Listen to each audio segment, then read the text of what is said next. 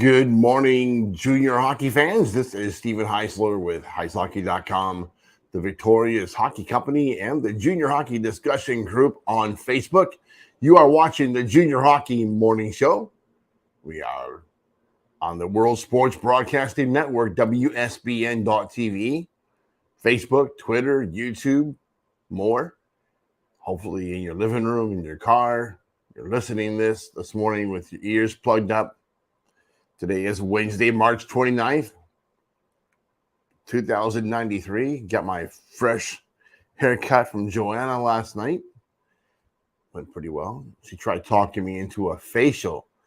Never had a facial before. I'm going to hold off on that one. Sounds kind of prissy. Not my style. This hard face is not pretty, but it is what it is. This is what you get. It is 6 o'clock here in Orlando. This show is being recorded because young Tommy has me running around like a chicken with my head cut off all day. Thanks, Tommy. Yeah. New Jersey upended Danbury 6-2 last night. Shocker. Not. Let's jump right into today's content. North American Hockey League Midwest Division. Things are getting hot in that division. All 8 teams remain in contention. And we have a battle brewing for the division title between Wisconsin and the Wendigo. Currently last place Springfield is just 10 points out of 4th place with 6 games remaining. And only 8 points separate currently 3rd place Kenai River from 7th place Janesville. It's early. Please forgive me. Let's start with the Wendigo. 34-17, 1-2, 71 points. Blake Halita's Wendigo pulled a split from the weekend set at Chippewa and now see their division lead shrunk to just 2 points after the Wilderness home sweep of Janesville. Springfield visits Eagle River Sports Arena this week, and Wisconsin cannot afford another letdown. Down the schedule, I think at the end of the season, we see Minnesota against Wisconsin. I believe that series is where we're going to find out who wins the division. 60 games, and it comes down to 2 games. We're getting very close to that. Speaking of the Wilderness, 31-16, 3-4, 69 points. Oh, back up a second. Wendigo, fantastic on the ice. Doing a great job. Blake Halita will not be back next year if Chris Hedlund is there. Chris Hedlund is pulling the old tricks out of the Kenai River playbook, shortchanging visiting teams, players, and just not operating the way a North American Hockey League team should operate. Hearing reports of kids getting shortchanged everywhere. That's Chris Hedlund's style. He learned that from Nate Keel.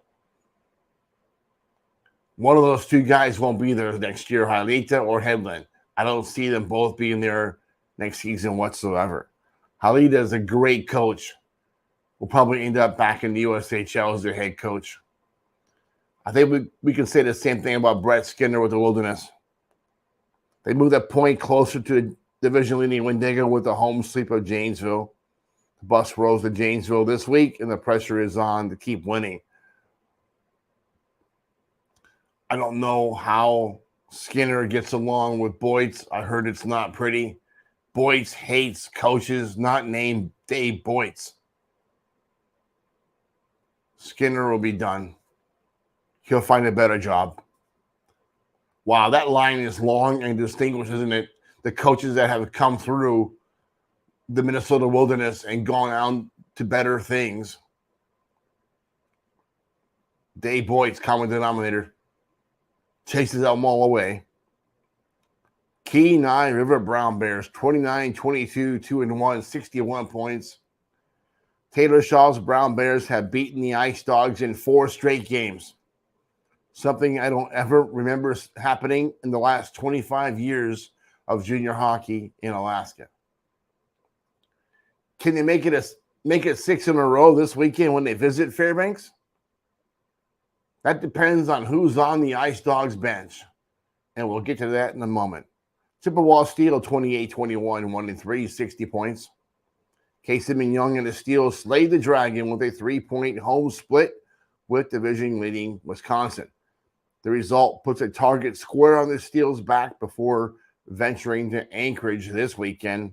I think they're playing 3 games. Speaking of the Ice Dogs, 26-23, 601, 59 points. Dave Allison's Dogs are bleeding out. Winless in the last 8 games after getting swept at Kenai River. Fairbanks is sinking like a 10-pound rock in 20 feet of ocean water. To make matters worse, the Brown Bears visit the Big Dipper this weekend. Tell me, is it not time for Rob Profit to send Allison back to Canada and just jump behind the bench? Profit, you're a coach. Coach, it's time. Don't lose control of the Fairbanks Ice Dogs because you don't want to get back on the bench. This team needs you. Jump back on the bench. Allison's a train wreck. Anchorage Wolverines, 25-21, 601, 57 points. Evan Trupp and the Wolverines really needed to get max points from the weekend home series with Springfield. That did not happen. But 2 out of 3 aren't bad. Just ask Meatloaf, he'll tell you that. Anchorage is now 3 points behind 4th place Chippewa with the same number of games remaining. Speaking of the Steel, they are in town for 3 games this weekend. The heat is on.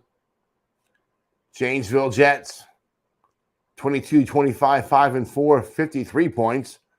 Joe Dibble and the Jets have been outscored 20-4 in the last 4 games, all losses. Did the fruitless weekend in Minnesota put the cap on the Jets' playoff hopes? Not yet. But another loss or Chippewa win certainly would. That same Wilderness team visits Janesville Ice Arena this weekend. Last but not least, the Springfield Blues. 24-26, 1-1, 50 points. Let's see. The Blues took 3 of 5 games in their Alaska adventure and now find themselves a full 10 points out of playoff contention with just 6 games remaining. It's not likely, but there's still mathematically a possibility that Springfield can jump up. 4 of those 6 games are against division-leading Wendigo.